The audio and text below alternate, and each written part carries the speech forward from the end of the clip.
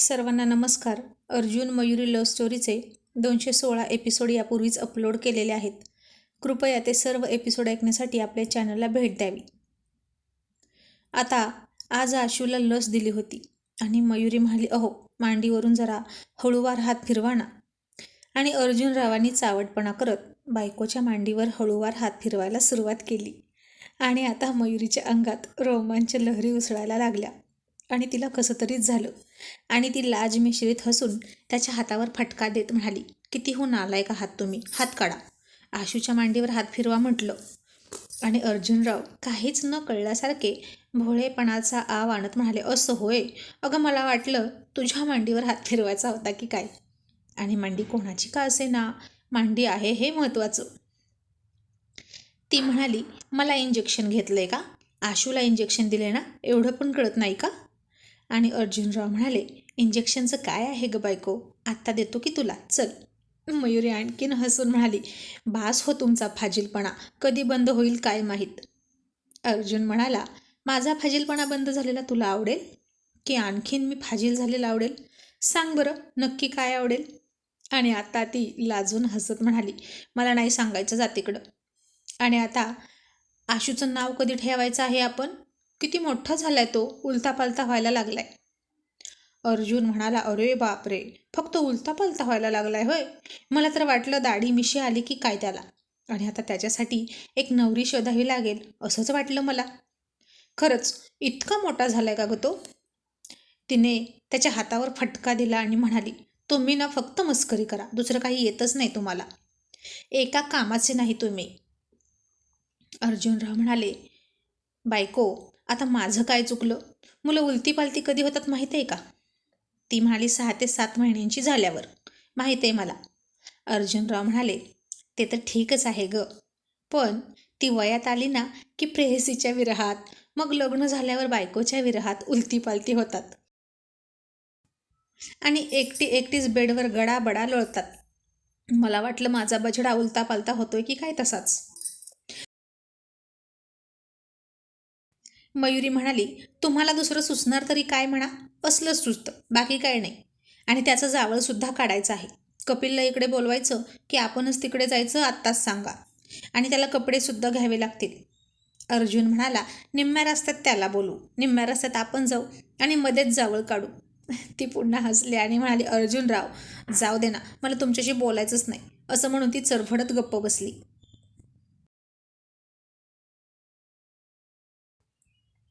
आणि अर्जुनराव म्हणाले, आणि तुझ्या भावाला काही कपडे मिळत नाहीत का ग,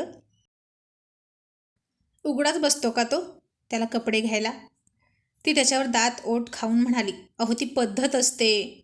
अर्जुनराव म्हणाले, आणि बहिणीच्या नवऱ्याशी बोलताना तोंडाला चिकटपट्टी लावायची आणि उगीच उरावर 100 किलोचा धोंडा बांधल्यासारखं करायचं आणि खालून कळ लागल्यासारखं आंबट तोंड करायचं. ही पण पद्धत आहे का ग तुझ्या माहेरच्यांची. घसला तुझा तो भाऊ, धड कधी नीट बोलतच नाही. आणि बहुतेक आज अर्जुनरावांना बायकोला पिडायचंच होतं की काय, दुसरं कोणी भेटलं नाही ना त्यांना म्हणून, आणि असं करून तो तिला खूप पिडत होता. आणि अर्जुन म्हणाला, मयू आपण एक काम करू, सचिनचं बाळ झालं की त्याचं आणि आशूचं एकत्रच बारसं करू, कशी वाटते आयडिया. मयुरी म्हणाले, आयडिया तर छान आहे, तसंच करू. आणि इतक्यात अर्जुनरावांच्या फोनवर सचिनचा फोन आला. आणि अर्जुन म्हणाला, ए मयू हे बघ, 100 वर्ष आयुष्य आहे की माझ्या मित्राला. भाड्याचं नाव घेतलं आणि फोन आला. आणि आता सगळ्यांनीच फोन घेतला. आणि सचिन खुश होऊन म्हणाला, बाबा झालो, मुलगी झाली. तसं सगळ्या रॉयल बॉयजनी एका सुरात त्याचं अभिनंदन केलं. आणि अर्जुन म्हणाला, पहिली बेटी धनाची पेटी, सचिन लकी आहेस जे तुला मुलगी झाली. राहुल म्हणाला, आणि तू अनलकी आहेस का. अर्जुन म्हणाला, अनलकी नाही, पण ती म्हण आहे ना रे, पहिला बेटा भिकार चोटा, म्हणून आपलं म्हणालो. बरं ते जाऊ दे सचिन, आता लता व्यवस्थित झाली की पटकन घरी घेऊन ये आपल्याला तुझ्या मुलीला आणि माझ्या मुलाला एकत्रच नावं ठेवण्याचा कार्यक्रम करायचा आहे. आणि राहुल म्हणाला, त्यात काय अवघड आहे, फक्त नावच तर ठेवायचे आहेत. चैतन्य म्हणाला, हो ना, आणि बघ ना त्याचंसुद्धा फंक्शन करतात लोक, आता आपल्याला काही कमी नावं ठेवतात होय लोक, आणि बायकासुद्धा नावं ठेवतातच की आपल्याला, जे अजून फंक्शन घालून काय नावं ठेवायचे आहेत. आणि मयुरी डोक्याला हात लावून म्हणाली, झालं आता यांचं नावं पुराण सुरू. या पंचमहाभूतांना कुठलाही विषय द्या, रात्रभर चगळत बसतील रवंत करत. अगदी केळांच्या सालीपासून ते आंबाच्या कोळीपर्यंत बोलत बसतील. आणि अभि म्हणाला, यार पण सचिनला तर मुलगी झाली, मग 5 मुलं नकोत का मिनी रॉयल गँगमध्ये आपल्यासारखी? आणि अर्जुन कमी पडलेली वर्गणी दिल्यासारखं म्हणाला, डोंट वरी, मी आणखीन एक मुलगा देतो. तसं मयुरीने तोंडाचा आ वासून डोक्यावर हात मारला आणि अर्जुन रावाने तिच्याकडे बघून डोळा मारला. आणि राहुल म्हणाला, ये होईना बात. अर्जुन म्हणाला, पण आपल्या या 5 पांडवांना एक बहीण झाली की नाही? चैतन्य म्हणाला, ते बाकी खरं आहे. मग आता मात्र जास्त लांबडलं लावता सचिननं फोन कट केला आणि लताकडे गेला.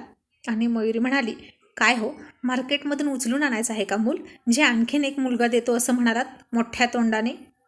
आणि अर्जुनराव म्हणाले, मयू तू म्हातारी झालीस का? आणखीन एक मूल हवं म्हणजे हवं, आणि तो मुलगाच होणार, लक्षात ठेव. ते म्हणाले, इथं म्हातारा व्हायचा काय संबंध, पण तुम्हाला खरंच आणखीन मुलं हवंय? अर्जुनराव म्हणाले, आता पुन्हा या विषयावर चर्चा करायची नाही. आशू मोठा झाला की योग्य तो निर्णय घेईल मी. तो फक्त प्रोडक्शन द्यायचं. तिने त्याला फटका दिला आणि म्हणाली, मी तुमची फॅक्टरी वाटले का हो तुम्हाला प्रोडक्शन द्यायला? अर्जुन म्हणाला, फॅक्टरीच आहेस तू, असं काय करतेस, आणि मी तिचा मालक, असं म्हणून त्यानं तिला मिठी मारली आणि ती हसली. मग म्हणाली, आणि राहुल भाऊजी, चैतन्य भाऊजी आणि अभि भाऊजी यांपैकी आणखीन कोणाला तरी मुलगी झाली तर तिसराही मुलगा तुम्हीच देणार का? आणि समजा या सगळ्यांनाच मुलगी झाली तर आपल्याच घरात 5 पांडव तयार करायचे आहेत का?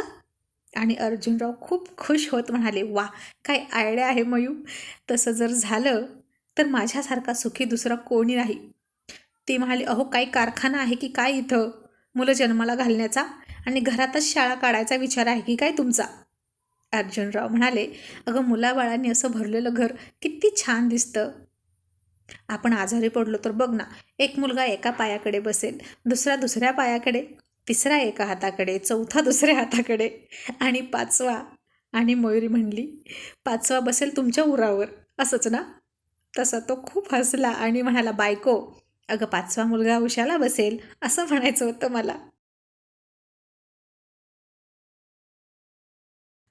मग ती म्हणाली, लहान मुलांचा नामकरण सोहळा असतो तो, तर तुम्ही त्याला सगळे मिळून किती विचित्र नाव दिलं, नावं ठेवणे. अर्जुन म्हणाला, मयू, अगं नाव ठेवणं खूप सोपं असतं गं, त्यात सोहळा काय करायचा? आणि इतक्यात मयुरीच्या आईचाच फोन आला आणि अर्जुनराव म्हणाले, इथेही 100 वर्ष आयुष्य आहे. मला सगळ्यात जास्त नावं ठेवणारी व्यक्ती लगेच हजर झाली आणि तिने त्याच्याकडे रागात बघूनच फोन घेतला. आणि आई सुरू होत म्हणाली, मयुरी, अगं किती महिने झाले मुलाला, कसले आईबाप तुम्ही, त्याचं बारसं कधी घालणार आहात? काय नाव वगैरे ठेवायचं आहे की नाही त्याचं, का असाच बिन नावाचा ठेवायचा आहे? निदान कान तरी फुंका त्याचे. आणि मयुरी म्हणाली, आई, सचिन भाऊजींची मुलगी झाली आहे, तिचं आणि आशूचं बारसं एकत्रच घालणार आहोत आम्ही, म्हणजे अजून 2 महिने तरी लागतील. आणि आई म्हणाली, का, आता एकत्र बारसं घालायचं काही कारण आहे का? त्यांचं ते घालतील ना. तुझा नवरा म्हणजे ना अगदी नमुना आहे, त्याला अख्ख्या दुनियेचं पडलेलं असतं. आणि अर्जुन फोनला कान लावून मनात म्हणाला, झाली यांची जावयाला नावं ठेवायला सुरुवात. मला तर वाटतं आता पाळण्यात त्या आशूऐवजी मीच झोपतो, म्हणजे मन भरून मला नावं ठेवता येतील त्यांना, तेही विधिवत आणि घुगऱ्या वाटून. आणि मयुरी म्हणाली, आई तू मध्ये बोलू नकोस बरं, जे आहे ते मी तुला सांगितलं आहे, तू जास्त बोलू नकोस बरं, आमचं आम्ही बघतो काय असेल ते. आई चिडून म्हणाली, बघ ग बघ, तूच बघ, मी कशाला येते लुडबुड करायला तुझ्या संसारात, नाहीतर तुझा नवरा, त्याच्या तर मी डोळ्यातच खुपते ना सारखी सारखी, कारण मी परखड बोलते आणि तू त्याला कधीच विरोध करत नाही. जरा तरी लगाम घाल त्याला, असंच मोकळा सोडू नकोस, दुनियादारी करत फिरतो. आणि सासूची ती वटवट सहन न होऊन आणि आता अर्जुनरावांनी मयूरला गुदगुल्या करायला सुरुवात केली. ती खूप हसायला येत होतं तिला आणि ती हसून म्हणाली, आई तुझं झालं का, मी फोन ठेवू? आई म्हणाली, तू हसतेस काय ग अशी, तुला गंमत वाटते का? मयुरी आणखीन हसून त्याला दूर ढकलत म्हणाली, अगं आई ठेव फोन. आई म्हणाली, ए थांब, मला आणखीन बोलायचं आहे तुझ्याशी. पण अर्जुनराव मात्र तिला आईशी बोलू देणारच नव्हते. आता तो तिला किस करायचा, तिच्या गालाला त्याची दाढी घासायचा, तिच्या कमरेत हात घालून गुदगुला करायचा, सगळीकडे रोमॅन्टिक टच करायचा. आणि तिला ते सगळं सहन झालं नाही आणि ती खूप मोठ्यानं हसून म्हणाली, अर्जुनराव जा तिकडे, बोलू दे ना मला. आणि आता त्यानं तिचं तोंड त्याच्या तोंडानं बंद केलं. आणि आई म्हणाली, अरे देवा, अर्जुन तिथेच आहे का? मग ठेव फोन, तो काही तुला बोलू देणार नाही माझ्याशी. मयुरी, ए मयुरी, अगं बोल काहीतरी. आता मयुरी काहीच बोलत नव्हती आणि तिचा श्वास गुदमरला. आणि ती जोरात त्याला दूर ढकलत मोठा श्वास घेत म्हणाली, हो आई, मी उद्या करते हा फोन तुला. आणि अर्जुन तिला फोन ठेव म्हणून सुचवत होता. आणखीन जास्त गुदगुल्या करत होता, तिच्या मांडीवरून हात फिरवत होता आणि ती त्याचा स्पर्श सहन न होऊन नुसती नाचत होती. आणि आई म्हणाली, हो ना, असं म्हणून 2 आठवडे झाले, शेवटी मीच तुला फोन केला, तू कसली फोन करतेस? पण आई आहे ना मी, म्हणून काळजी वाटते, म्हणून मीच फोन केला. आणि मयुरी म्हणाली, आई नक्की फोन करते तुला, ठेव. असं म्हणून तिने घाई गडबडीत फोन ठेवला. आता फर्स्ट इनिंग असो किंवा सेकंड इनिंग, अर्जुनराव आणि त्यांच्या सासूचं कसलंच पटत नव्हतं. शेवटी मूळ स्वभाव जाता जात नसतो आणि अर्जुनराव म्हणजे खूप हट्टी. जसे ते एखाद्यावर हट्टाने प्रेम करायचे, तसा एखाद्याचा तिरस्कारसुद्धा हट्टाने करायचे. आणि ती त्याला मारण्यासाठी त्याच्या मागे धावली आणि अर्जुनरावांनी तिला हाताला पकडून गरकन वळवली.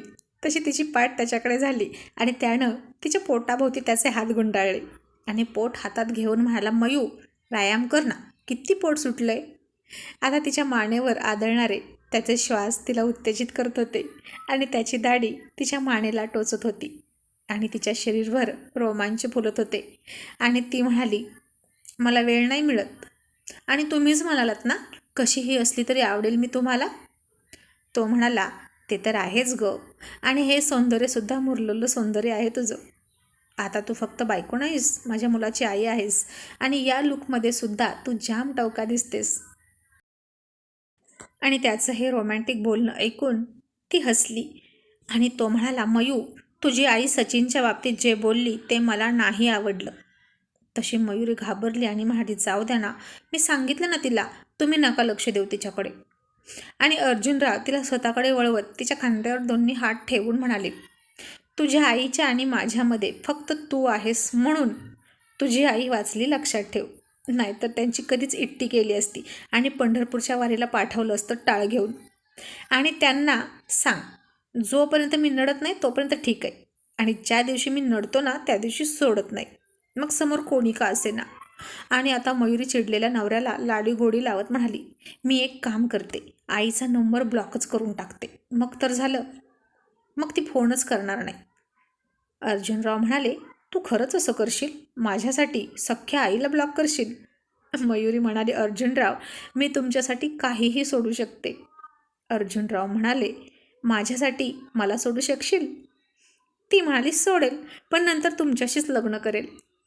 तो हसून म्हणाला, वा गं, तूही शिकलीस की बोलायला माझ्यासारखी.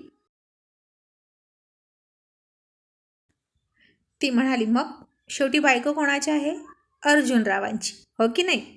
मग अर्जुनराव म्हणाले, ऐक, आईला ब्लॉक वगैरे करू नकोस, फक्त तोंड जरा जपून चालव असं सांग. लता किंवा सचिननं हे ऐकलं तर त्यांना किती वाईट वाटेल सांग बरं. मयुरी म्हणाली, मी घेईन काळजी, तुम्ही नका टेन्शन घेऊ. आणि इतक्यात आशू रडायला लागला. ती म्हणाली, अहो त्याला घ्या ना. आणि अर्जुनराव हसून म्हणाले, मग पुन्हा मांडी चोळू का हळूवार? ती हसून म्हणाली, गुपचिप त्याला घ्या आणि टेरेसवर न्या, तेवढंच त्याला बरं वाटेल. तो पुन्हा चावटपणा करत म्हणाला, थोडासा हात फिरवू दिला असतास मांडीवरून तर तेवढंच मलाही बरं वाटलं असतं. नालायक कुठले, असं म्हणून ती हसून निघून गेली. आता थोड्या वेळाने अर्जुन आशूला खाली घेऊन आला आणि म्हणाला, मयू, आता दिवाळी येईल ना, मग खरेदी कधी करायची? आणि यावेळी मी प्रीतीला घेऊन येणार आहे 4 दिवस तरी, आत्ताच सांगून ठेवतो. ती म्हणाली, मला सांगून काय उपयोग, तुमची बहीण आली पाहिजे ना तिचं सासर सोडून, आणि लक्ष्मीपूजन झाल्याशिवाय ती काही येणार नाही. आणि तो म्हणाला, आणि तुझं काय, तुला जायचंय का तुझ्या माहेरी? नाहीतर पुन्हा म्हणशील नवऱ्यानं विचारलं नाही. ती हसून म्हणाली, मला नाही जायचं. आणि तो म्हणाला, आणि भाऊबीजेचं काय करशील? ती म्हणाली, दरवर्षी काय करते तेच करूया. घेऊन चला ना मला, फक्त 15 मिनटं आणि लगेच येऊ. तो म्हणाला, यावर्षी मी जाम खुश आहे. पोरगा झाला ना मला, म्हणून मी तुला एक्स्ट्रा 5 मिनटं दिली, फक्त 20 मिनटं थांबायचं. ती म्हणाली, मला त्याचीही गरज नाही. आणि अर्जुनराव म्हणाले, बल चल, मी डबल खुश आहे ना, तर 1 तास, ओके. ती हसून म्हणाली, ओके. आणि आता हे त्यांचं दरवर्षीचं शेड्यूल होतं. फक्त थोडा वेळ जायचं आणि लगेच परत यायचं. दोघांना एकमेकांशिवाय अजिबात करमत नव्हतं. घरून निघतानाच ते प्लॅनिंग करून जायचे आणि लगेच परत यायचे. आणि आता अर्जुन सकाळी उठला आणि तिला म्हणाला, मी वॉकिंगला निघालोय. मी येईपर्यंत पाणी गरम करून ठेवायचं, लगेच फॅक्टरीत निघणार आहे. आणि तिने पाणी गरम करून ठेवलं. पण ही स्वारी लवकर आलीच नाही. आणि ती चिडली आणि म्हणाली, नक्कीच थापा मारत बसले असतील कोणाशी तरी.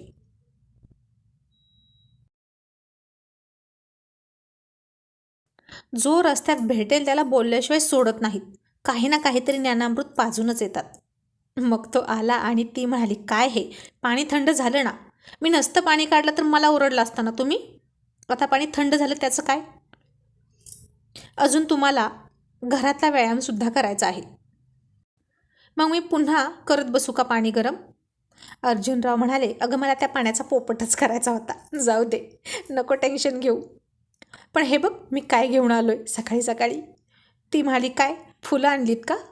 तो हसून म्हणाला, फुलं नाही, अंगार आणलाय, अंगार. खूप मोठं संकट. तिला काहीच कळेना आणि तिनं दारात पाहिलं तर तीच सख्खी शेजारीन सँडल काढत होती. आणि मयुरी फार आश्चर्यानं म्हणाली, अय्या वहिनी तुम्ही, तेही इतक्या दिवसांनी. आणि ती हळूच अर्जुनच्या कानात म्हणाली, काय हो, या कुठे भेटल्या तुम्हाला आणि आवडत नव्हत्या ना तुम्हाला, आणि घरी कशाला घेऊन आलात.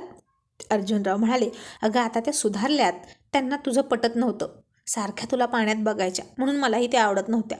आणि आता त्या आपल्याला बाळ झाले म्हणून खुश आहेत, म्हणून मीही खुश आहे. आपण वातावरण बघूनच वागत असतो. उगीच एखाद्याचा रागराग करायला मी काय डोक्यावर पडलो नाही, कळलं. आणि मग ती आत येऊन म्हणाली, मयुरी तुम्हा दोघांचं खूप खूप अभिनंदन. आणि मला सांगितलंही नाहीच मुलगा झाला आहे म्हणून. आणि अर्जुनराव म्हणाले, वहिनी तुम्ही ही गरोदर होती तेव्हा तुमचं सासर सोडून गेला, ते आत्ता आम्हाला मुलगा झाल्यावर आलात, म्हणजे बरोबर 1 वर्षांनी तुम्ही भेटताय आम्हाला. का हो, तुम्ही आता नांदत नाही का. आणि मयुरी म्हणाली, अहो असं विचारतात का. अर्जुनराव तिला कोपर मारत म्हणाले, अगं यांना काहीही चालतं. मग ती शेजारीन म्हणाली, अरे अर्जुन. आणि अर्जुनराव म्हणाले, वहिनी भाऊजी म्हणा ना, आता मी बाबा झालो की नाही, मुलगा नाही मी, आणि तेच चांगलं वाटतं ना. आणि ती म्हणाली, बरं अर्जुन भाऊजी, अहो आमचे हे बिघडल्यासारखेच करत होते. घरी येत नव्हते, उशिरा घरी यायचे, माझं ऐकत नव्हते. मग मीही गेले रुसून माझ्या माहेरी. आणि किती महिने झाले तरी मला हे घ्यायला येतच नव्हते. मग शेवटी मीच फोनवर त्यांची माफी मागितली आणि त्यांनीसुद्धा मला माफ केलं, म्हणून आत्ता आले मी. तुम्हीच सांगा अर्जुन भाऊजी, तुम्ही जर मयुरीला असं केलं तर ती काय करेल. अर्जुनराव म्हणाले, तिचं सोडा, पण आता सांगा, आता तुमचं हे ऐकतात का तुमचं. ती म्हणाली, आता ते माझं थोडं थोडं ऐकतात आणि मीही त्यांचं थोडं थोडं ऐकते. अर्जुन म्हणाला, अच्छा, म्हणजे थोडं थोडं पासून सुरुवात आहे का. असो, चांगलं आहे, प्रगती आहे म्हणायचं. आणि ती पुन्हा म्हणाली, मयुरी तू गेलीस का गं अशी कधी रुसून अर्जुन भाऊजींवर. आणि गेली असशील तर लगेच ते आले असतील ना तुला मनवायला, कारण ते तुझ्यावर खूप प्रेम करतात, हे सगळ्यांना माहीत आहे. आणि आमचं हे माझ्यावर असं प्रेम करतच नाहीत. अर्जुन भाऊजी तुम्ही शिकवा ना त्यांना माझ्यावर तुमच्यासारखं प्रेम करायला.